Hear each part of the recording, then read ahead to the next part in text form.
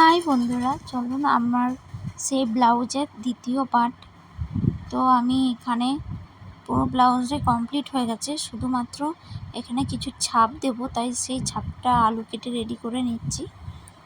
ছাপটা এই রকম আমি একটু তৈরি করেছি, আর কিছু এইভাবে তুলি দিয়ে এঁকে দিলেই একটা সুন্দর একটা ছাপ তৈরি হয়ে যাচ্ছে। যেহেতু আলু দিয়ে তৈরি, এটা ক্ষণস্থায়ী নয়, এটা শুধুমাত্র একদিনের মধ্যেই করে নিতে হবে, একদিনেই ইউজফুল, তার বেশি কিন্তু ইউজ করা যাবে না। তাই একদিনের মধ্যেই সব কাজটা কমপ্লিট করতে হবে।